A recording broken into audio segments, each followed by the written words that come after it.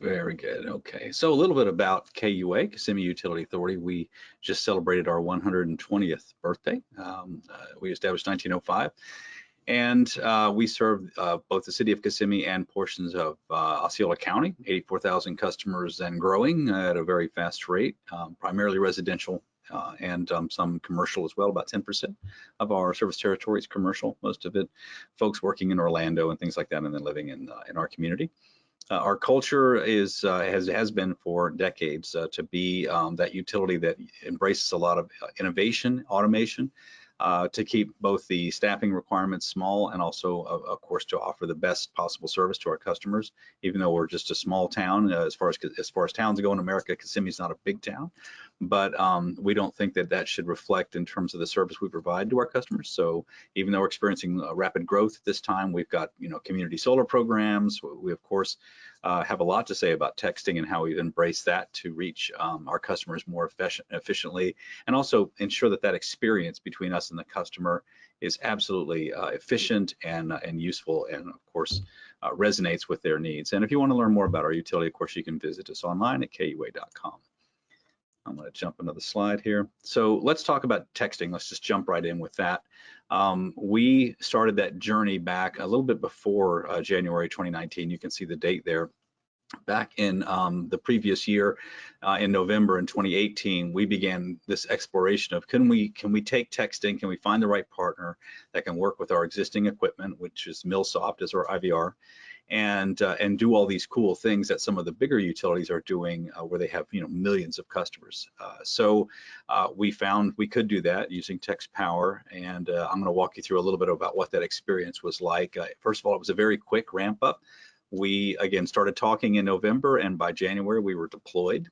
No equipment to buy. It was just a subscription and some config work that we had to do, and then we were ready. So that was awesome. The first step, of course, is how do you get your customers who are used to basically saying power goes out, call the utility, right? So outage equals phone call. And we had issues with that because even though we keep adding more and more phone lines, we're also adding more customers. So if you think of the percentages here, if I have an outage that affects maybe 10,000 customers and I've got maybe 100 phone lines or 200 phone lines, it only takes 2% of those folks to make a phone call to fill every line up. And then you still got to talk to these folks, whether it's through an IVR or with customer service reps, taking one-on-one phone calls. So you're never really going to solve this problem with just more phone lines, although we kind of had that mentality for a while, and for decades it worked, but no more. We have to go to something a little more robust, and certainly something more customized, so that each conversation we're having with that customer is the information they need to know, not the general broadcast that you just say we're out in this area and we don't give any updates or any specifics.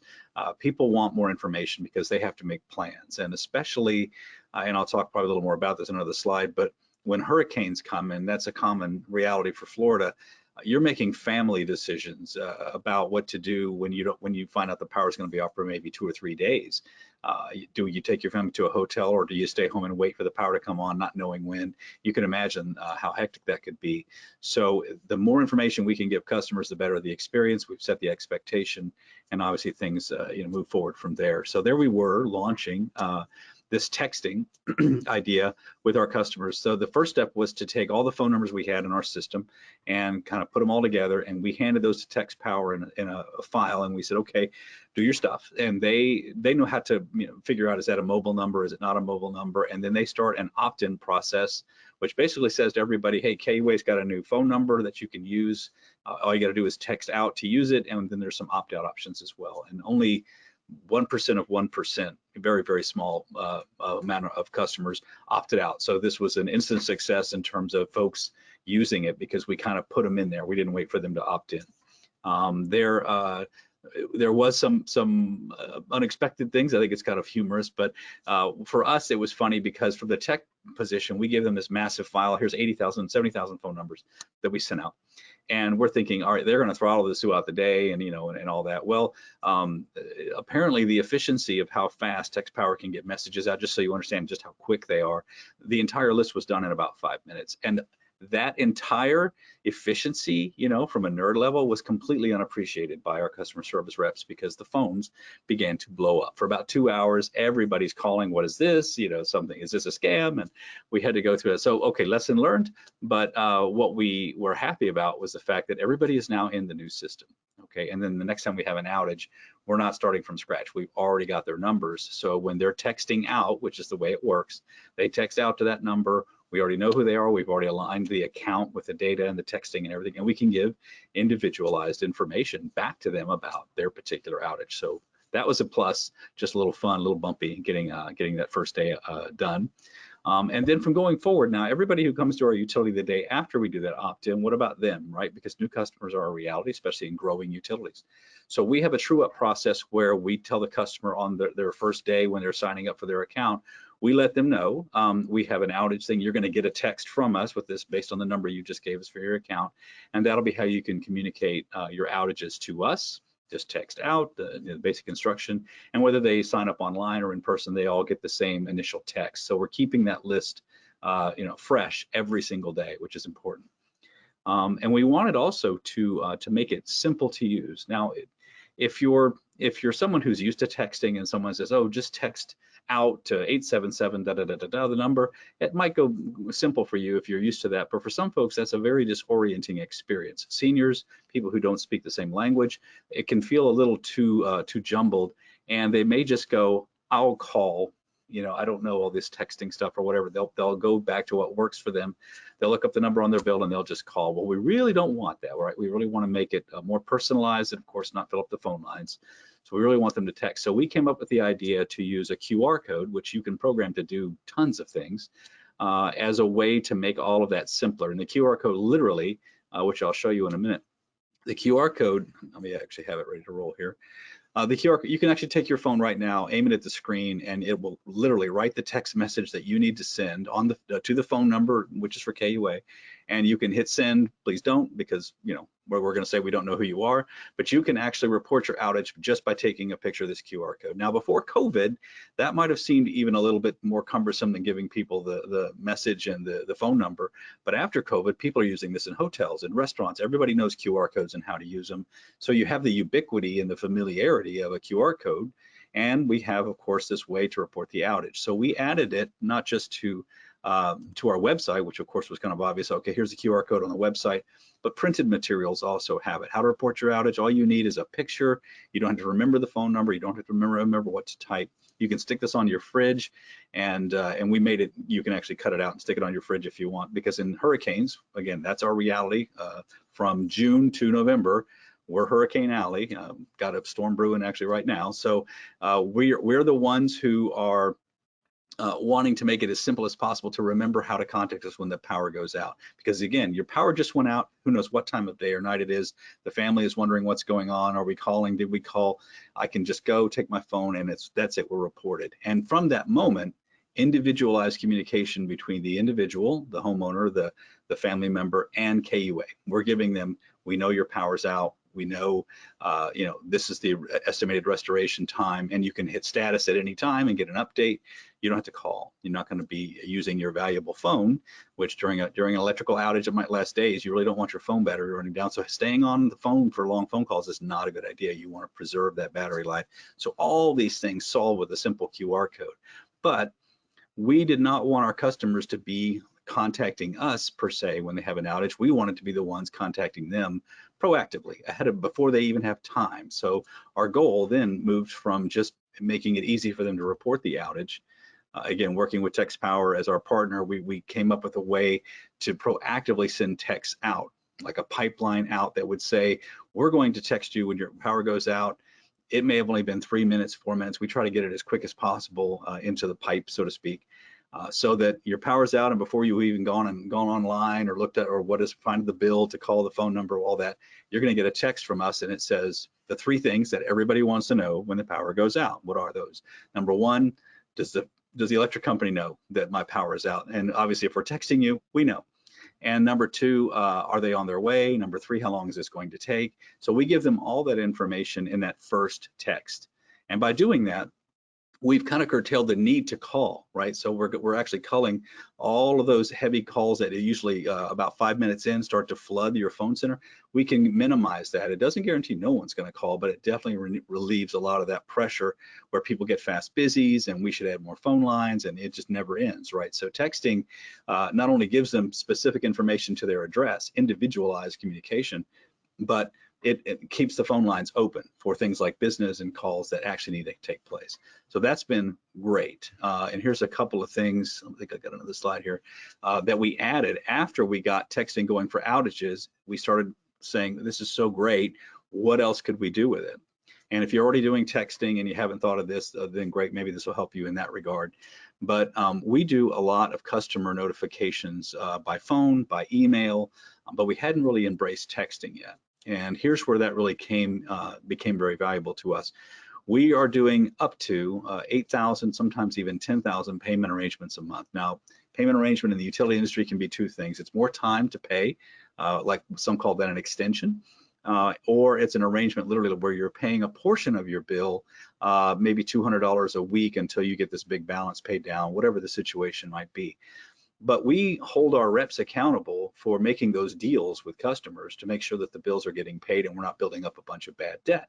So how do we do? So that's really tough on the rep. They have to basically, keep track of all these arrangements they've made each week, circle back with those customers. Those customers aren't always appreciative of the fact they're getting a phone call. So how do we make that better? Maybe using texting. So we applied the same idea that before your arrangement or your payment is due, the day before, let's send a text, just a courtesy notice. There's no link to pay. It just says, just a reminder, tomorrow, that extension that we gave you, it's due, please make a timely payment, and leave it at that and see what the result was. Again, when you're doing 8,000 of these a month, that's a significant amount of text. But guess what?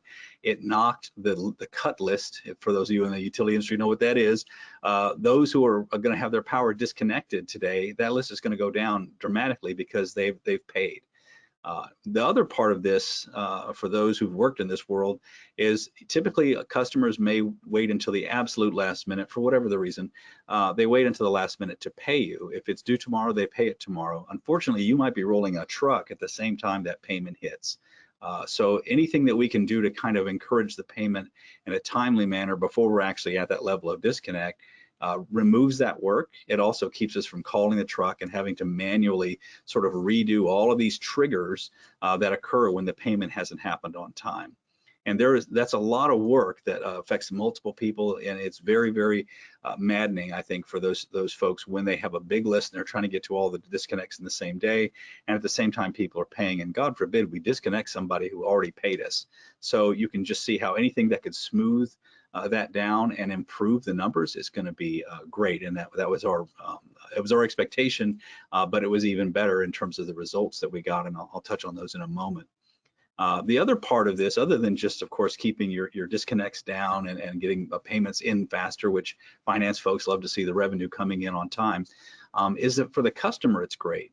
One, we're not harassing them. We're just giving them a courtesy notice and leave it up to them to decide how to take the next action. They may have forgotten that they agreed a week ago to pay, and now, okay, that's the reminder. They're not checking their mail. They're not checking their email as frequently. So the text is, as you know, it's present. Why is it 98% read rates within 3 minutes? It's because people are already on their phones. It's already in front of them. They're literally looking at it most of the time, whether they're on a phone call or texting someone or watching YouTube. So phones are ubiquitously in people's hands most of the time. So that text is going to get read quickly. Action can be taken quickly and keep everybody's account in good standing. That is great for a customer, because when you have an account that might have been, okay, you were late and now that's on your record for a year, and now maybe you don't get the extension next time.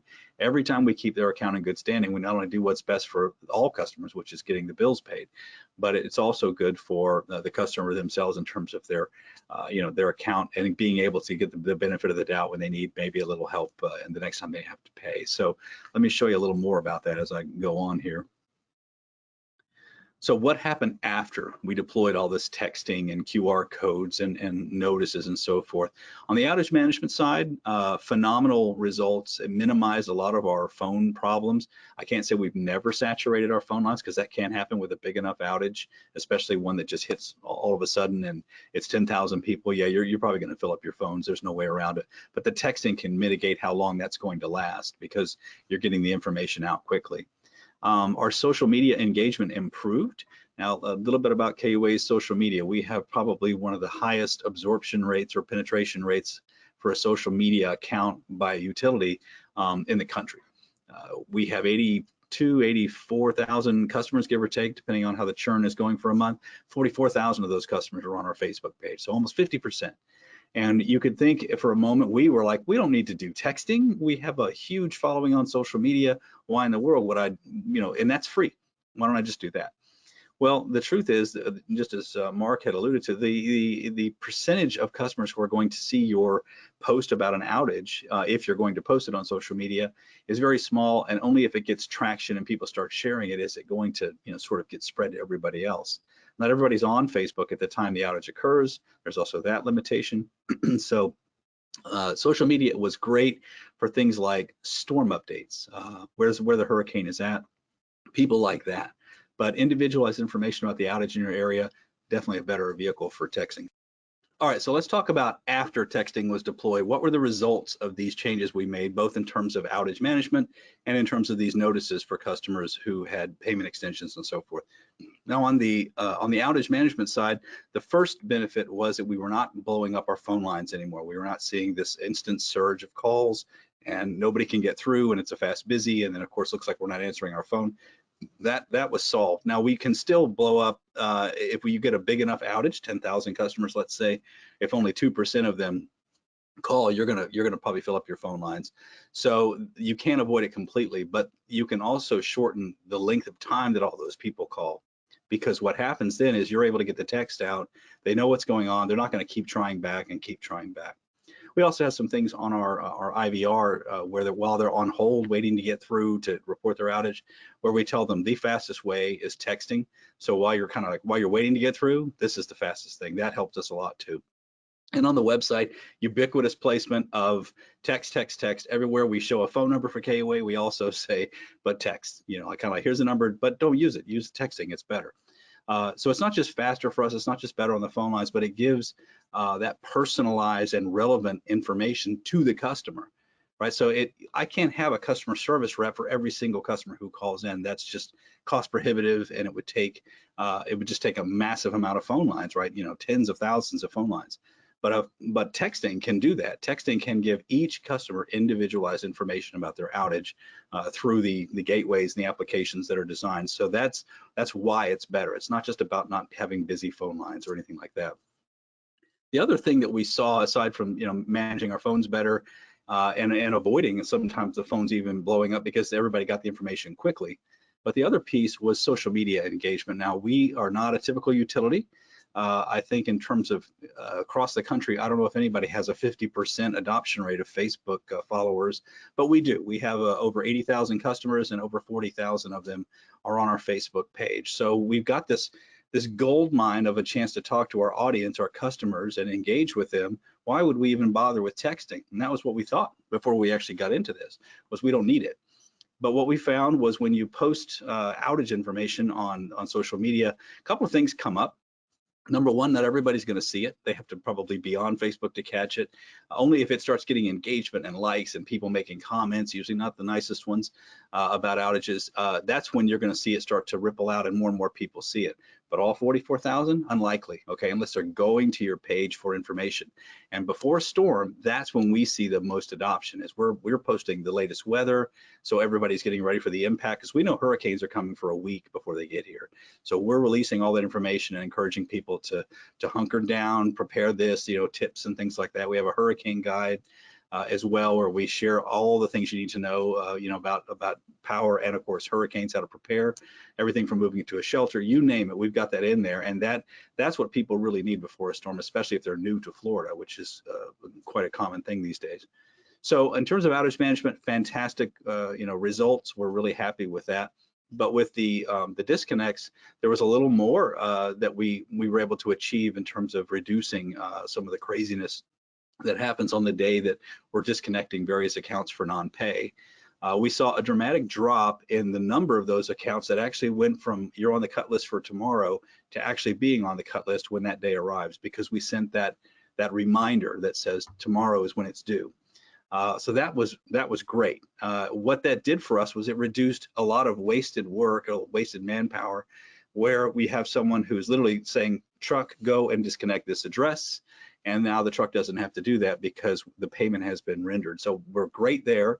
A lot of times when you have customers who are paying at the absolute last minute, and a lot of us know how this is, you can have the guy already on his way. And God forbid you disconnect the customer who just paid you, but that's a very high likelihood if the customer pays at the last minute. By texting them the day before, you greatly reduce the number of those customers and avoid a lot of those, of course, unpleasantries where you've disconnected someone who paid. What we also noticed was the after hours dropped off. The people who were on the list and maybe got home from work late after KUA had already closed, and they just made their payment, 7, 8 o'clock at night. We've already closed our customer service center, and now they're paying online, but they want to get their power back on. That also can start a lot of people in motion in terms of crews and stuff. We've got AMI now, that also has helped, but we're just not seeing the number of people calling in after hours who want to be reconnected. Well, one, because AMI can do it quicker, but also because they got the reminder. They weren't reminded by coming home to a dark house that their bill was due. They were reminded the day before. So that's really been great as well, because again, it keeps those customers' accounts current and also reduces the workload on the utility. Let's move a little bit more here. Let me click once more.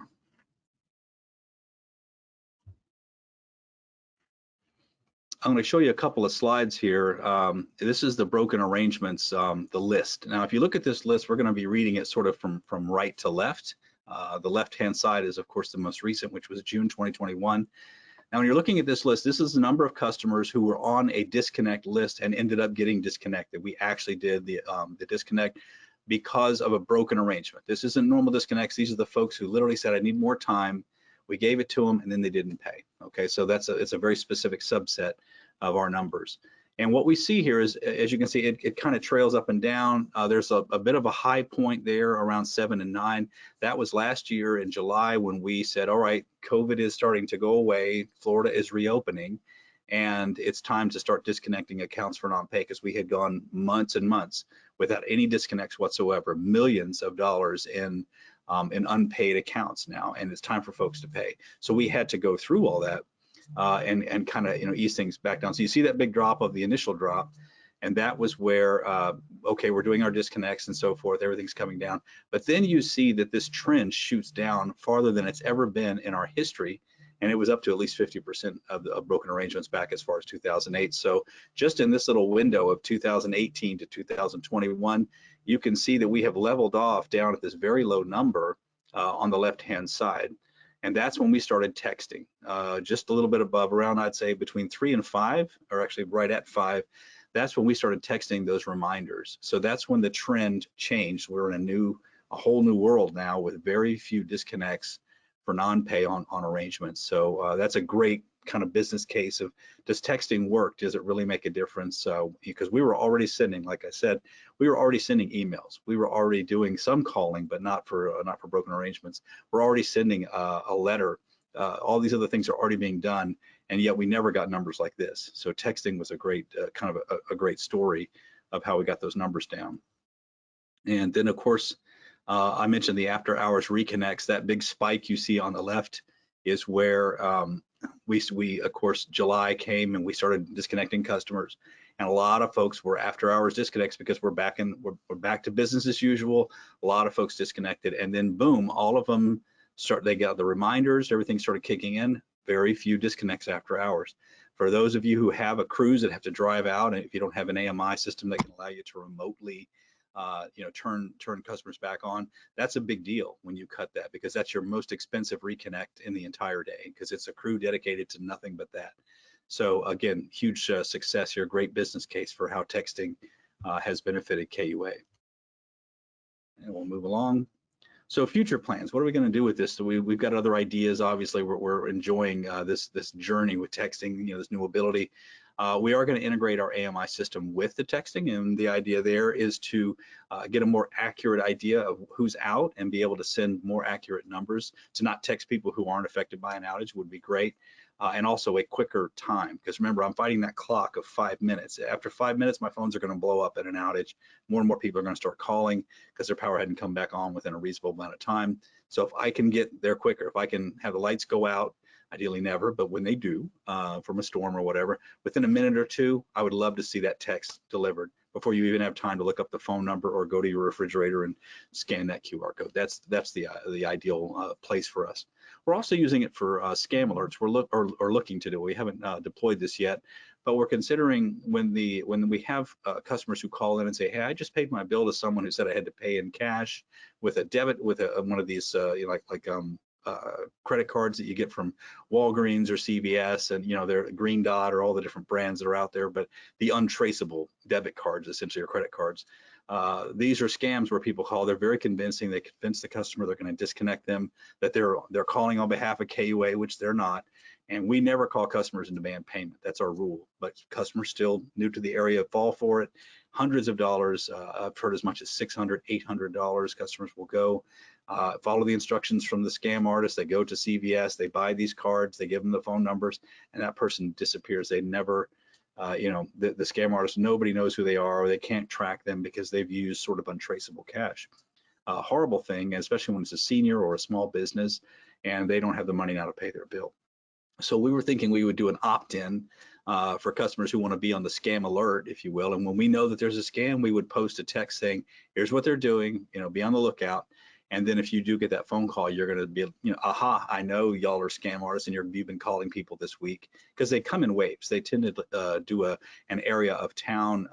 They'll do, like, for 1 week, they'll call everybody, then they just disappear, and then they come back. Horrible thing what they do.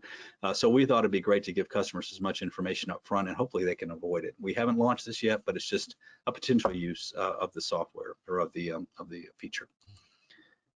Moving on, I'm ready to take any questions that you may have. I know we have a few already, but this has been a great journey for us. We're not done. We're still finding uses for text power and texting our customers, both in 2 languages. We have an ability I didn't mention, but we can actually put a link for, if you want to read this message in Spanish, click here, so that we're reaching the widest net possible of our customers. We have a high Hispanic population in Kissimmee. A lot of them do speak Spanish as their primary language, so we want to be sensitive to that, and we've tried to build that into all our texting as well. And with that,